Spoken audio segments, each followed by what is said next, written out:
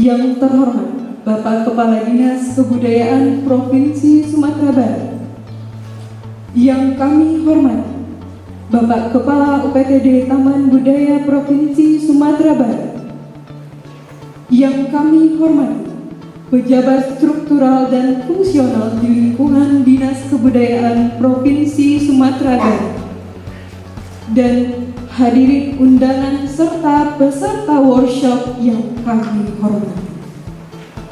Selamat datang di Gedung Kebudayaan Sumatera Barat dalam acara workshop teater tahun 2023 yang diselenggarakan oleh UPTD Taman Budaya Provinsi Sumatera Barat bertempat di Gedung Kebudayaan Sumatera Barat tanggal 14 Februari 2023 dimulai.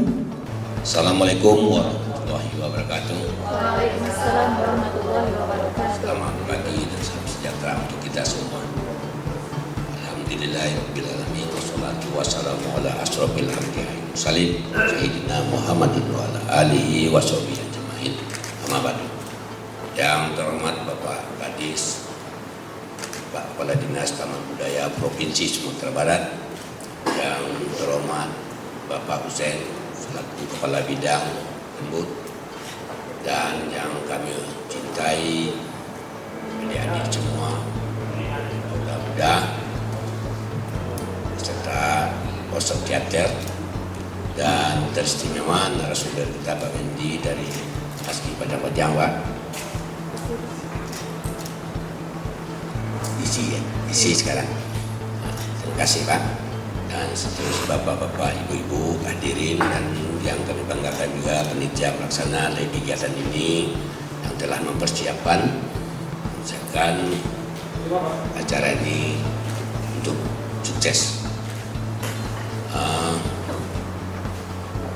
Puji dan syukur kepada Allah Subhanahu wa Ta'ala yang mana pada pagi hari ini atau menjelang siang ini kita masih diberi kesehatan, alhamdulillah, mengikuti cara kita. Dan kedua, selawat dan salam untuk Nabi kita Nabi Muhammad SAW, yang mana beliau telah meninggalkan buah pusaka untuk kita sebagai pedoman hidup dunia dan akhirat. Seterusnya izinkan Pak Kadis kami melaporkan kegiatan ini kepada Bapak. Pertama, nama kegiatan kita itu adalah workshop teater, dan kegiatan ini dilaksanakan pada tahun 2023 ini, dan dasar pelaksanaan kita adalah DPA Sumatera Barat pada tahun 2023. Kegiatan ini bertujuan adalah melaksanakan penguatan terhadap para aktor potensi muda, khususnya kelompok teater remaja Sumatera Barat, dan rangka memajukan seni teater dan di kalangan anak muda sekaligus kemajuan kebudayaan di Sumatera Barat. Kedua, meningkatkan kapasitas pengetahuan keaktoran dari kalangan muda Sumatera Barat sehingga mampu melahirkan para aktor teater berkarakter yang adopsi berbagai kearifan lokal dan menilai budaya sekaligus memperkuat dengan jiwa entrepreneurship yang berdampak pada pasar. Tiga, melahirkan aktor-aktor teater yang berwawasan, memiliki keterampilan keaktoran yang dapat diperhitungkan dalam jagat keteateran regional maupun nasional. Empat, pelaksanaan kegiatan ini dilaksanakan oleh PTD Taman Budaya Dinas Kebudayaan Provinsi Sumatera Barat. 5, peserta kita ada rencananya 40 orang, yang sekarang hadir baru 37 orang. Mudah-mudahan mereka dapat hadir pada hari ini dan sehat walafiat menjelang datang. Dan satu mengundurkan diri karena ada kecelakaan. Mungkin ada pengganti, namun kita juga perlu kesaksian Pak, dan kita ada penggantinya, nanti akan hadir bersama kita. 6, kriteria peserta workshop ini adalah Peserta diutamakan para aktor muda yang telah bermain minimal 2 kali di kelompoknya. Seterusnya peserta diutamakan yang pernah terlibat dalam festival teater remaja sebelumnya. 7. Tema teater kita adalah penguatan potensi keaktoran Sumatera Barat, peningkatan pengetahuan seni akting sesuai dengan perkembangan zaman dengan tetap merespon seni tradisi sebagai basis utama. Kegiatan kita bertempat tanggal 14 sampai 16 Februari 2023, dimulai dari jam 8 sampai 16 WIB. Bertempat di lantai 4 Gedung Kebudayaan Sumatera Barat, Jalan Diponegoro nomor 31 Padang, atau Komplek Taman Budaya Sumatera Barat. Nanti Pak, peserta kita inapkan di Hotel Pape 2 malam, dan kita pelaksanaan kita 3 hari. Dan kepada peserta nanti setelah sarapan pagi kita akan dijemput antar nanti ya sama mobil hotel.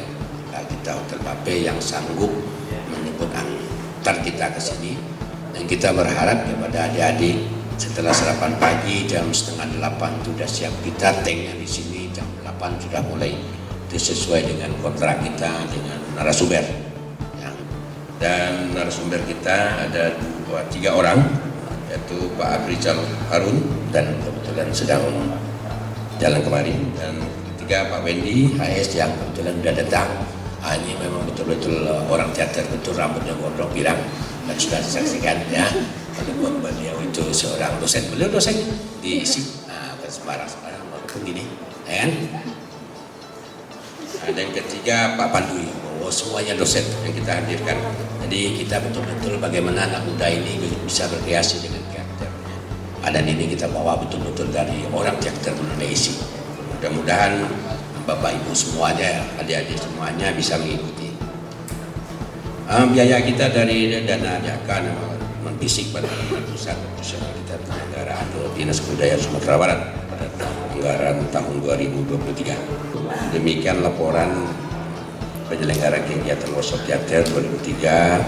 Semoga memberikan manfaat bagi kemajuan kebudayaan khususnya di Sumatera Barat. Selanjutnya kami mohon perkenankan Bapak Kadis Kebudayaan Provinsi Sumatera Barat untuk membuka secara resmi kegiatan ini, workshop ini. Mudah-mudahan Bapak Kadis berkenan nantinya.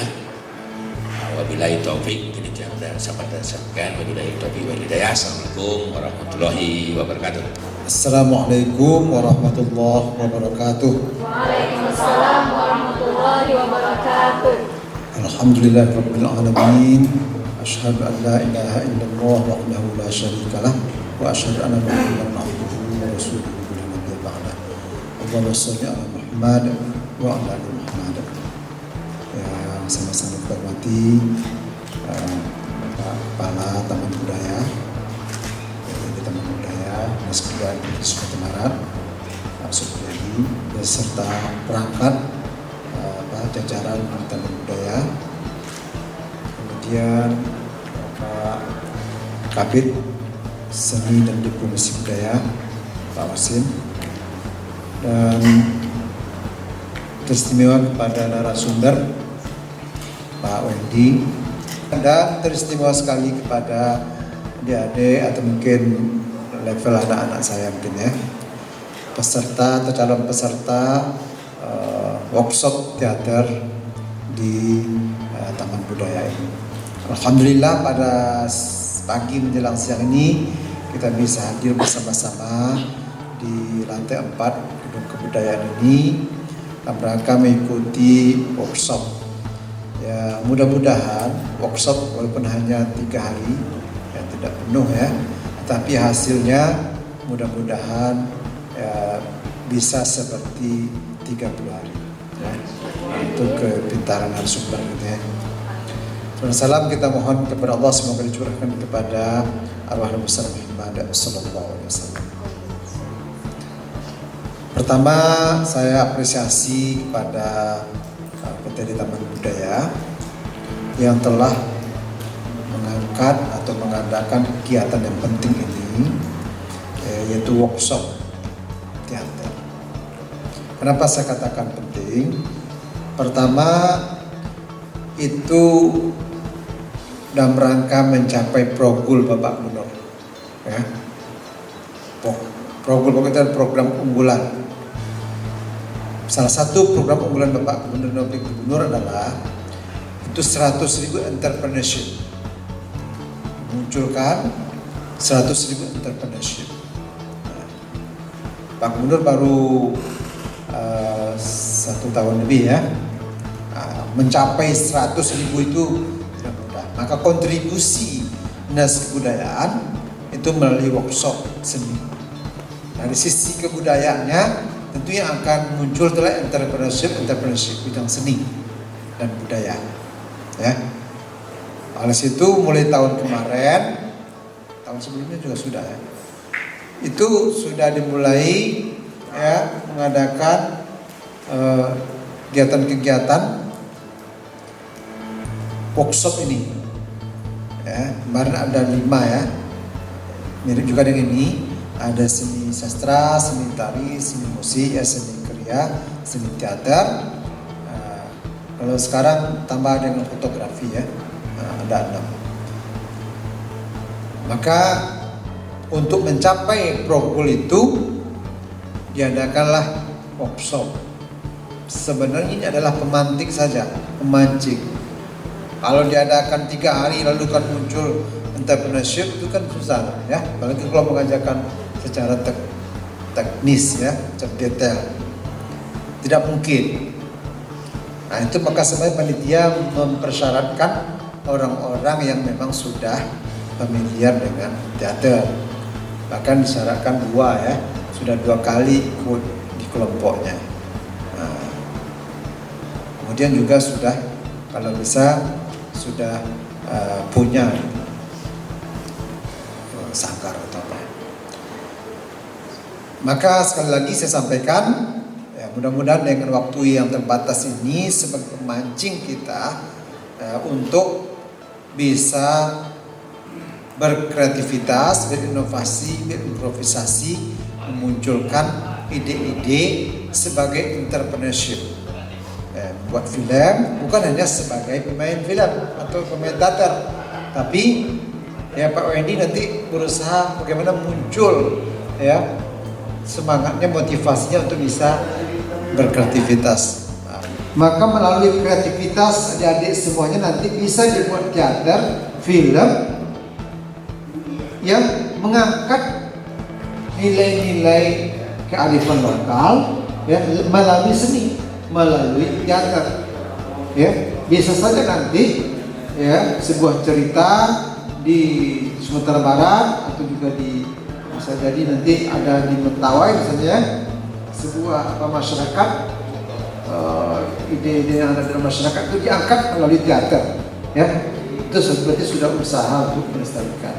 Nah, usaha seperti itu pasti dia akan berujung kepada minimal 2 hal. Yang pertama untuk pendidikan karakter, ya itu namanya benefit. Tapi yang kedua juga profit atau keuntungan secara materi. Kemudian saya juga berharap pada adik apa agar serius, profesional, betul-betul sungguh-sungguh mengikuti kegiatan ini, ya, sehingga berkah apa diantaranya? Sedikit waktunya, banyak hasil. Ya sampai Pak ini cek, ya, bahas sebagai aktor yang baik, sampai berkah. Mudah-mudahan dengan workshop diberikan oleh para narasumber nanti adik-adik kita ini bisa membawa sesuatu yang berharga pulang dari sini. Dengan bersyukur kepada Allah SWT dan kita semua, kegiatan workshop teater dalam rangka penguatan potensi keaktoran Sumatera Barat, peningkatan pengetahuan seni akting sesuai dengan perkembangan zaman dengan tetap merespon seni tradisi sebagai basis utama di Gedung Budaya Barat secara resmi kita buka membaca basmalah. Bismillahirrahmanirrahim. Semoga Allah Ta'ala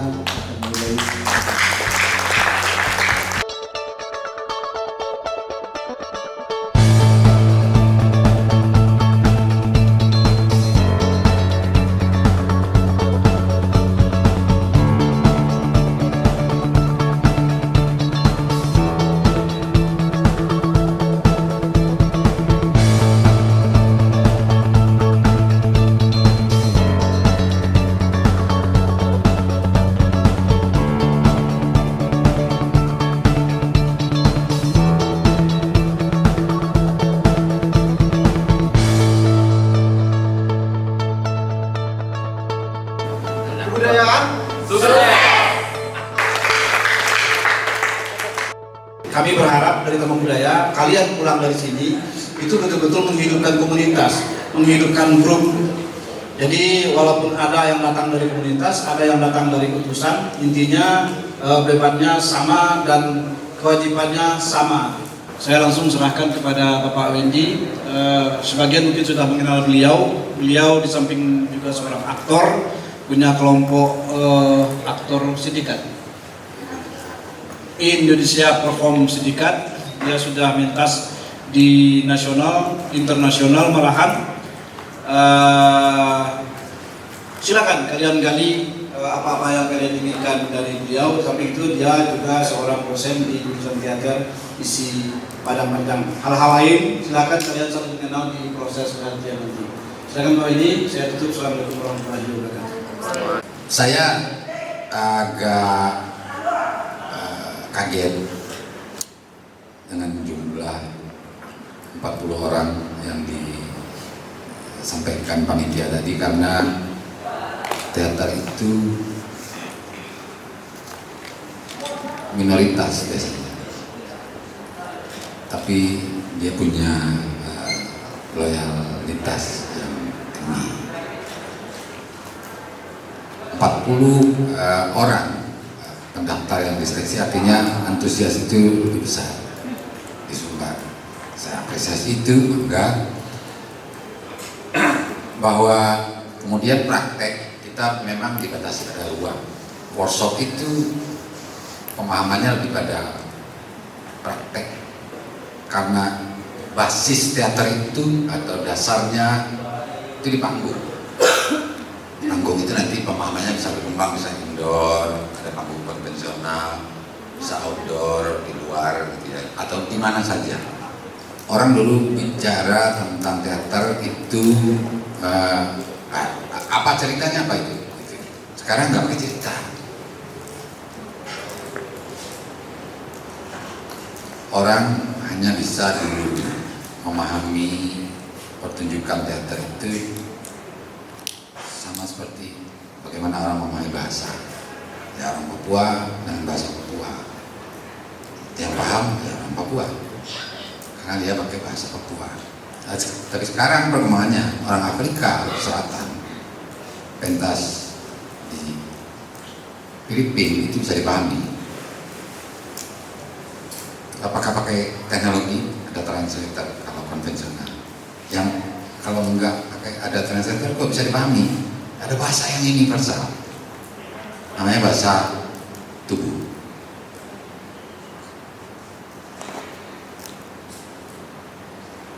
Bahasa atau physicality, fisik ya, bahasa tubuh. Ada gestur, gerak tubuh. Nah, itu sama. Kalau menggeleng di mana saja itu bahasanya artinya apa? Ya, sama itu. Dalam perkembangan kontemporer pemahamannya kekinian atau bahasa netizennya yang update gitu ya. Teater itu kemudian memilih bahasa ekspresinya dengan gerak, dengan bunyi-bunyian, dengan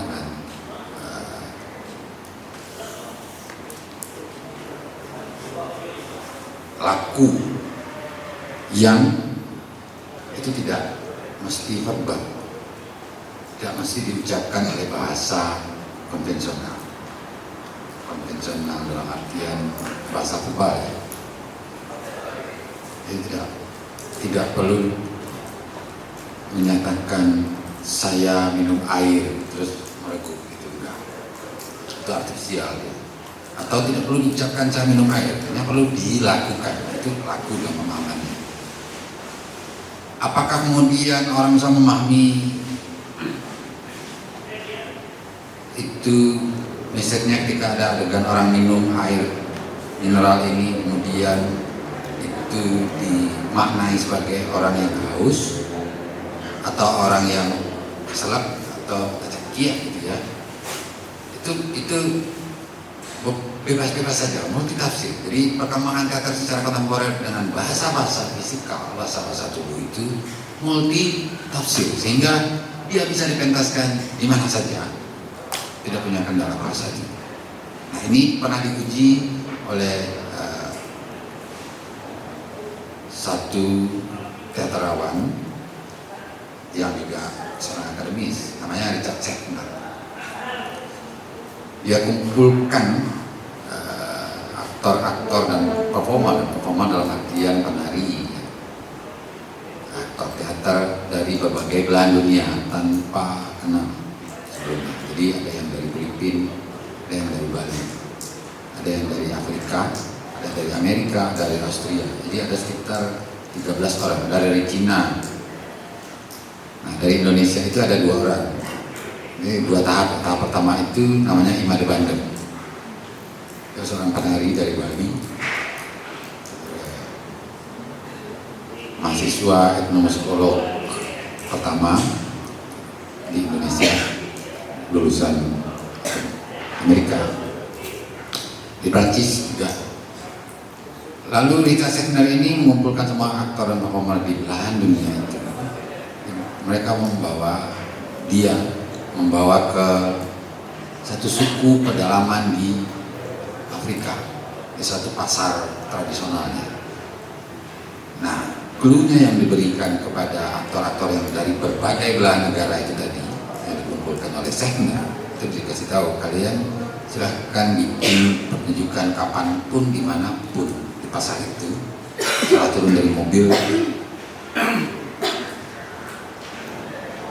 mereka bikin itu tanpa ada pemberitahuan ke masyarakat di sana. Apa yang terjadi? Itu semua melingkar tuh. Masyarakat tradisional Afrika melingkar menonton. Layaknya tukang OB. Ada yang kenal tukang OB, mesti ada yang lihat di pasar. Semua melingkar tuh. Memperhatikan, menikmati. Nah, yang digaris bawahi Schechner itu semua tahu kapan itu dimulai, kapan diakhiri pertunjukan. Jadi berakhir, semua tepuk tangan dan bubar. Ya, intinya bahwa dari berbagai belahan negara itu tadi, aktor yang dikumpulkan dibawa ke satu tempat yang tidak dikonfirmasi sebelumnya. Ini bahkan para aktornya juga nggak tahu tuh, para performernya juga nggak tahu bahwa itu daerah mana, gimana orangnya, nggak tahu dia. Tetapi masyarakat di sana tahu bahwa itu karena ada penari Bali, ya, yang menari, ada penari opera Peking, penari balet. Nah, jadi lewat bahasa tubuh masyarakat di Afrika itu juga bisa memahami kapan sebuah pertunjukan atau kapan dia harus menonton, mulai menonton dan mengakhiri tontonan. Artinya ada tontonan dan penonton. Itu dia tahu tuh, dia sadar jadi penonton. Saya memberikan workshop tentang metode saya, namanya Total Body Performance Method. Jadi upaya memperkenalkan atau sistem pelatihan tubuh untuk pola acting yang menggabungkan totalitas musik, tari, dan teater. Jadi musicking, musik, dancing, dance atau tari, dan acting atau laku. Nah, itu yang saya berikan tadi. Basis metodis itu dari riset dan pengembangan saya atas elemen artistik Tapua Galembong dalam tradisi Landai. Jadi pola ini untuk teater-teater tubuh yang mengekspresikan lewat media tubuh, atau teater kontemporer, atau tari-tari kontemporer, atau pertunjukan atau performan lintas disiplin. Lalu sejak 2016 ini formula saya bikin karya di Indonesia Performance Syndicate Paramanjang. Lalu karena itu kemudian formula Total Body Performance Method itu saya diundang ke Jepang untuk mempresentasikan satu karya Somik Bajamba, terus ada beberapa karya di sana, juga di Belarus. Saya kasih workshop untuk para aktor di sana tentang total body performance. Basisnya itu tadi, pengembangan Tapua Galembong, penggabungan 3 unsur itu, acting, dancing, dan musicking. Nah, musicking itu bukan memainkan alat musik, tapi satu aktivitas tubuh yang jadi ekspresi, include tidak hanya dengan bunyi saja, tapi juga performatif sifatnya. Nanti kita akan bahas itu. Beda dengan pemain biola, orkestra, itu nggak boleh ekspresi wajahnya, nggak boleh ada tuh. Ada pemain biola aja boleh, itu langsung pukul tuh keluar, dia harus flat wajahnya, itu cuma bunyi toh. Kalau dia gitar klasik juga gitu tuh, wajahnya masih flat, tidak boleh ekspresif, yang ekspresif bunyi.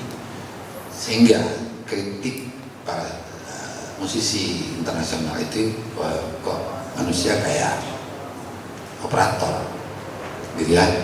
Nah, ada perkembangan musik yang kontemporer dilakukan di Jerman itu, dia bunyi yang dikompos, ya, yang digarap komposisinya hanya dari upaya mobil buka tutup pintu mobil, aktivitas 4 orang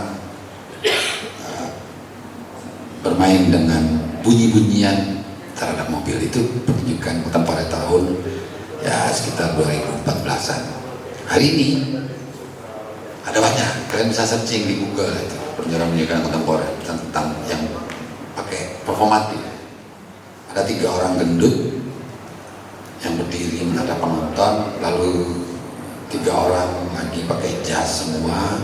Itu bunyi musik pertunjukannya kayak gitu tuh, menggambarkan orang-orang gendut itu aja, pipinya, perutnya, semua orang kan ya, sehingga ada komposisi bunyi. Nah, endingnya adalah satu orang gendut itu nampol satu pemukul perkusi itu tadi, udah selesai pertunjukannya. Nah, itu bisa searching di Google lah, ada banyak itu. Nah, itu juga pertunjukan musik. Nah, yang saya maksud musicking,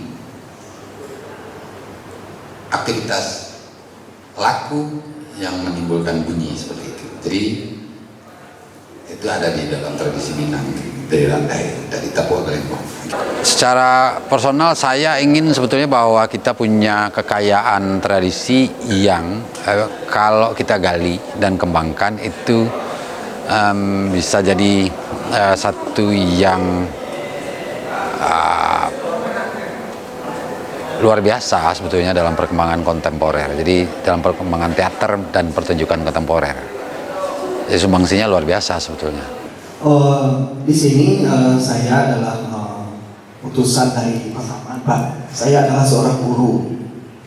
Mungkin dari basic saya itu bermainnya pantomim, Pak. Mengapa saya ikut? Karena bagi saya ini adalah sesuatu ilmu yang baru, dan untuk menambah pengalaman saya mengajar di sekolah. Apalagi sekarang di SD itu materi seni teaternya itu adalah tablo dan pantomim. Makanya saya ingin memperdalam itu. Terima kasih. Kendalanya hanya keseimbangan pengetahuan dan basis pesertanya. Kalau semua memang dengan basis dia adalah pelaku teater fisikal atau tari modern yang basisnya tradisi, itu mungkin bisa. Tapi kalau ada yang mengguru, ada yang belum pernah main teater, ada yang itu nggak punya kesulitan kita untuk menggabungkannya dalam satu kelas yang sama dengan pemahaman atau materi yang sama. Harusnya beda materinya. Oke, kita mulai stretching dikit, ya biasa. Penari atau bulan, coba impit. Ini pelajaran Kita mulai pemanasan dulu teman-teman. Dari mulai tangan. Di bagian kurang nyaman atau ada peralatan di tangannya seperti jam, silakan masukkan ke dalam sakunya atau letakkan kembali dalam tas jika memang kurang nyaman. Oke, kita mulai dari kita hitung sama-sama hitungan 1 kali 8 dimulai. 1, 2, 3, 4, 5, 6, 7, 8. Ganti. 1, 2, 3, 4, 5, 6, 7, 8. Ke atas. 1, 2, 3, 4, 5, 6, 7, 8. 1, 2, 3, 4, 5, 6, 7, 8. Tarik. 1, 2, 3, 4, 5, 6, 7, 8. Oke, jadi pola pemanasan paling gampang. Waktu tadi sebetulnya untuk bagaimana mengetahui peregangan-peregangan, ketegangan-ketegangan otot. Nah, itu tadi sistem umum. Nah, yang lebih spesifik setiap orang bisa tahu. Jadi ada sekitar 3 menit untuk semua orang memprepare itu. Kalau mau, kalian tahu lah bagian mana di tubuhmu yang pegel. Tubuh itu butuh keseimbangan. Keseimbangan itu tidak harus simetris. Kalau penari Bali itu menurut salah seorang terawat dunia, O'Neill, Prancis, yang meriset beberapa suku bangsa, termasuk Bali. Di Bali itu titik balancing keseimbangannya penari Bali itu dengan pose yang begini, ya itu seimbang. Di India ya lebih kecenderungannya begini, keseimbangan. Di Jawa, di Minang itu basisnya kuda-kuda, martial art, silet, ya. Sehingga kuda-kuda.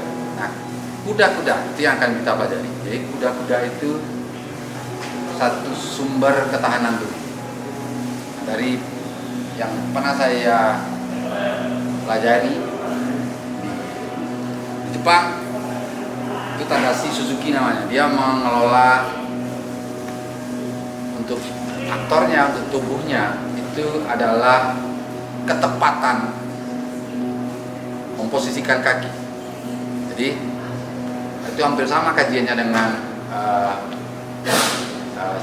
martial art, silat. Nah, kalau Suzuki bicara namanya stomping, mengentak. Jadi kepastiannya jadi mengentak, gitu ya. Nah, itu stomping, mengentak, stomp. Oke. Nah, dia ingin selalu pasti. Suzuki itu metodenya gitu. Jadi saya pernah latihan seperti itu. Dia ada tekniknya. Itu ya.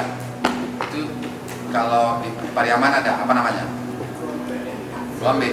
Dia punya pola yang kayak gitu, tapi ada orientasi mistisnya. Kalau ini fisikal, ketepatan kaki. Telapak kaki itu harus menempel, tidak ada ketegangan. Jadi kakinya nggak boleh ditekan, jangan dikasih tegangan. Relax, sama nih, relax. Tapi ketika jatuh, dia menapak, dia seperti cicak nempel di dinding. Nah, ya, itu pertama. Jadi dia juga begitu. Nah, intinya balancing itu kita lihat dari jalan, betul. Coba jalan 2 langkah ke depan, 2 langkah aja, mundur lagi 2 langkah, pelan. Coba rasain ya. 1, 2, maju lagi. Oke. Mundur tapi pelan. 1, 2. Oke. Ya. Oke. Sudah disadari? Oke.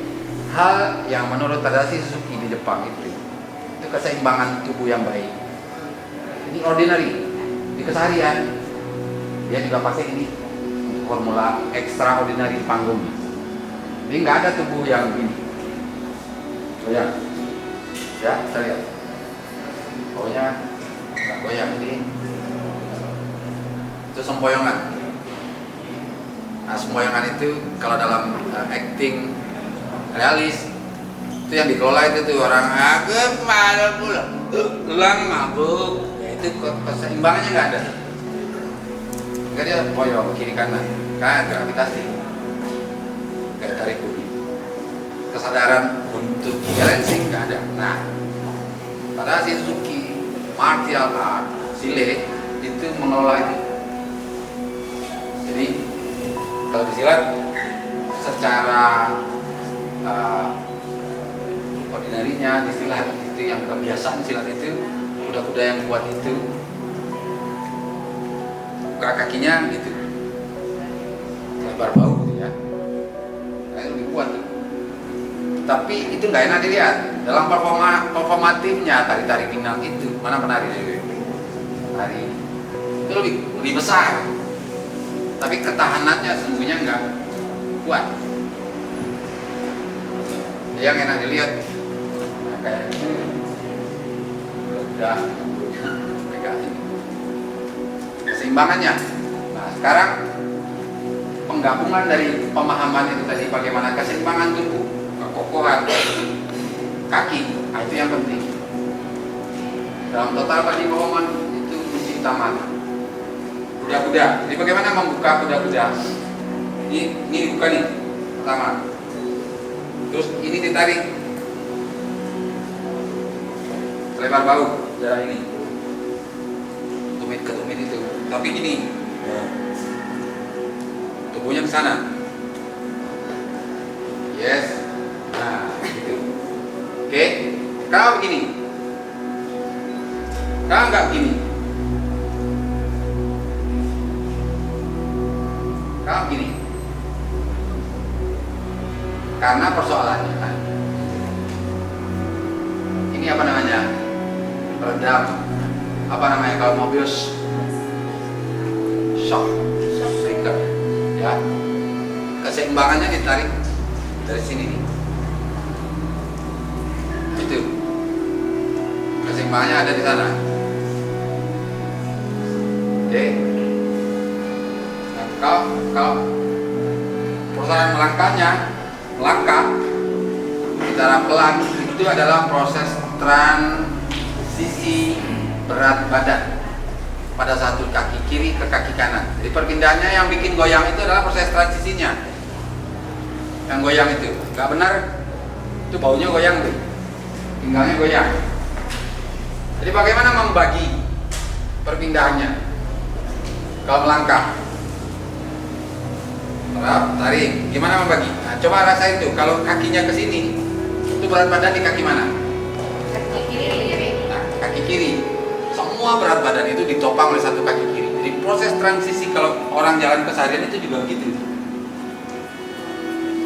Nah, yang bikin ketidakseimbangan itu adalah gravitasi. Kita harus melawan itu. Kunci gravitasi itu kecepatan. Oke, nah kita menambahin satu lagi ketepatan ya, kecepatan dan ketepatan. Yes. Oke. Relax aja. Yang kasih tegangan dulu. Iya. Udah. Oke. Tarik dikit, kata dikit. Nah, oke, itu ya. Jangan, kalau kita jangan kasih tegangan. Relax aja. Relax. Oke. Ini bisa kamu lihat, bisa kamu goyangin tuh. Oke, itu ya. Oke. Sekarang ambil posisi yang nyaman. Seberapa tuh? Pokoknya harus gini. Yang nyamanmu, senyaman-nyaman kalian masing-masing. Yang nyaman, oke? Kuncinya kita nggak boleh naik turun baunya ya nanti. Pindah, bau nggak boleh naik turun, oke? Langkah ke depan, pelan, coba langkah. Tapi baunya nggak boleh naik turun, oke? Nah, kalian akan rasakan bagaimana transisi berat badan, oke? Ulangi, relax dulu. Kamu jangan terlalu besar buka, udah-udahnya. Masuk angin. Oke. Coba. No. Terlalu besar itu capek. Jangan, relax aja nih. Relax. Oke, relax aja. Relax. Itu tarimu sekali ya. Enggak, relax. Ah, itu. Oke. Relax aja. Nah, sekarang melangkah ke depan. Kaki kanan duluan tuh. Pelan-pelan. Baunya nggak goyang. Oke.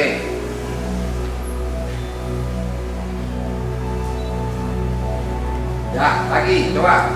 Kalau mau ini mundur. Tapi coba rasain transisinya. Berat badanmu nggak goyang. Harusnya Pak ada kaca. Kita lihat. Yang ada kaca goyang nggak baunya? Cermin. Bisa lihat. Coba. Kuncinya adalah mengetahui itu. Kalian bisa atur sendiri bagaimana berat badan ditopang. Ya ini bisa jalan. Orang kalau kasih tegangan itu mukul nggak bisa, terkunci. Oke, gerakanmu nggak elastis. Oke, relax aja. Kamu bisa lihat tuh semua relax. Petarung-petarung UFC itu mukulnya nggak gini, dia nggak emosi tuh. Kalau emosi dia diajar dua. Kaku, relax. Saya ada power, oke? Itu yang penting. Itu kunci ketegangan. Jadi biasanya ada di sini, ada di bahu.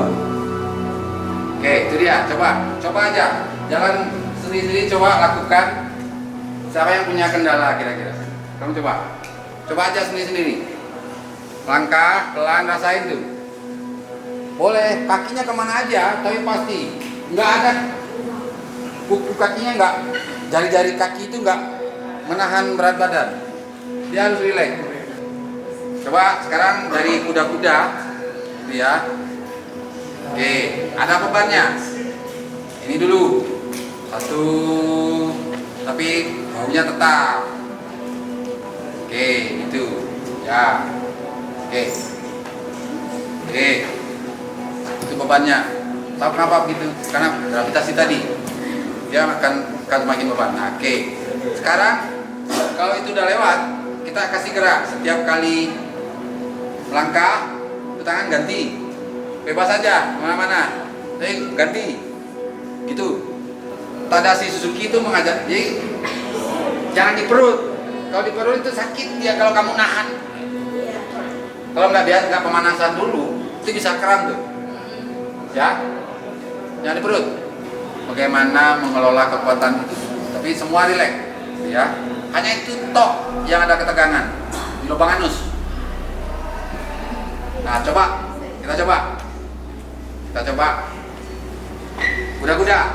Nah, ini baru kerasa. Tarik anusnya. Kasih tegangan. Rapetin. Nah, jalan. Itu akan terasa beda. Oke.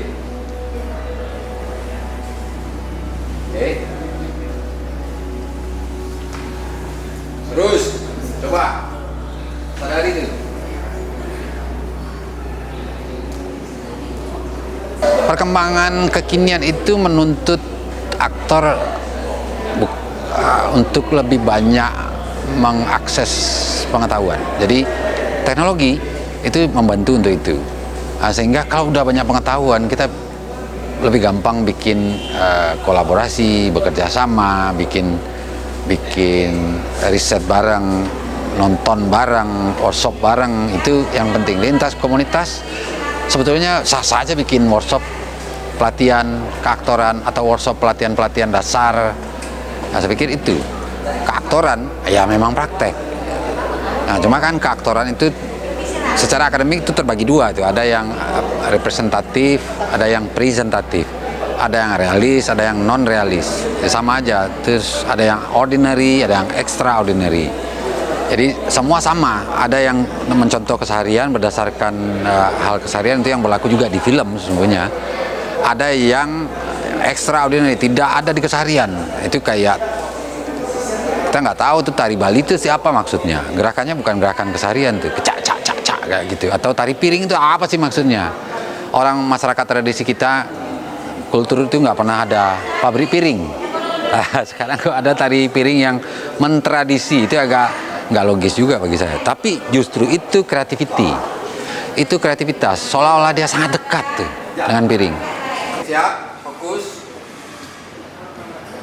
go.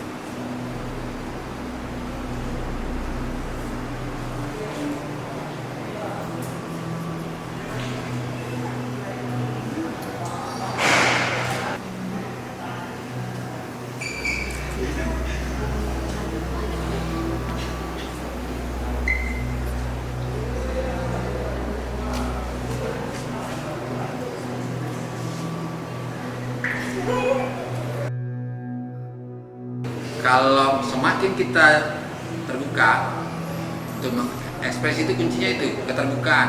Ya. Semakin terbuka, ya semakin hal yang terdekat. Itu pilihannya spontan, tiba-tiba sampan. Kamu apa? Kasih mana, buruan. Pasti paling dekat ada memori tentang itu, atau ada andapan emosi, andapan pikiran tentang itu. Kita coba mengelola bunyi. Jadi torso 3 titik itu tadi dengan gerak moving. Sekarang ada bunyinya, ya. Boleh dengan suara A, itu boleh. Boleh apa aja, boleh. Oke, cuma lebih jujur. Kalau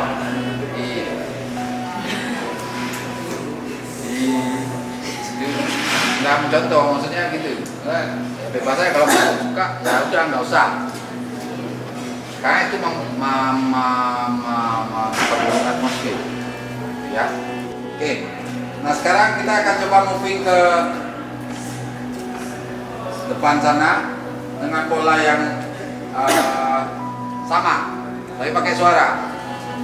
Sumber pertama suara itu ini, oke. Kalau kamu itu pilihannya boleh. 1, 2, go.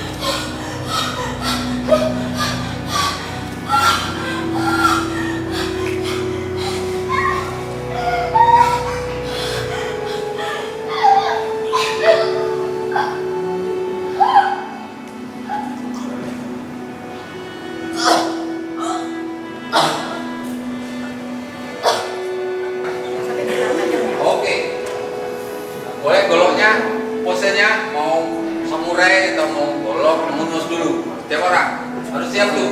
Pandangannya, totalitasnya. Oke, fokus.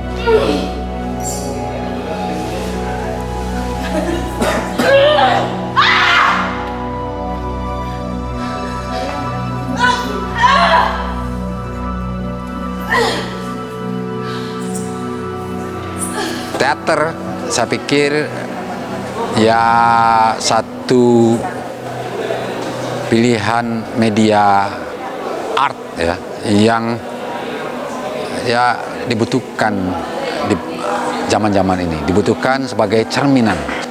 Teater Sumatera Barat itu pernah menjadi penentu atas perkembangan teater di Indonesia di era-era 80-an dan 90-an. Era-eranya Wisra Nadi itu. Saya pikir itu kita bisa kembalikan itu dengan kesadaran untuk membangun hal-hal baru, menambah event, dan kita lihat tadi potensi-potensi yang luar biasa, sehingga itu bisa dimanfaatkan untuk perkembangan teater di Sumatera Barat ke depannya.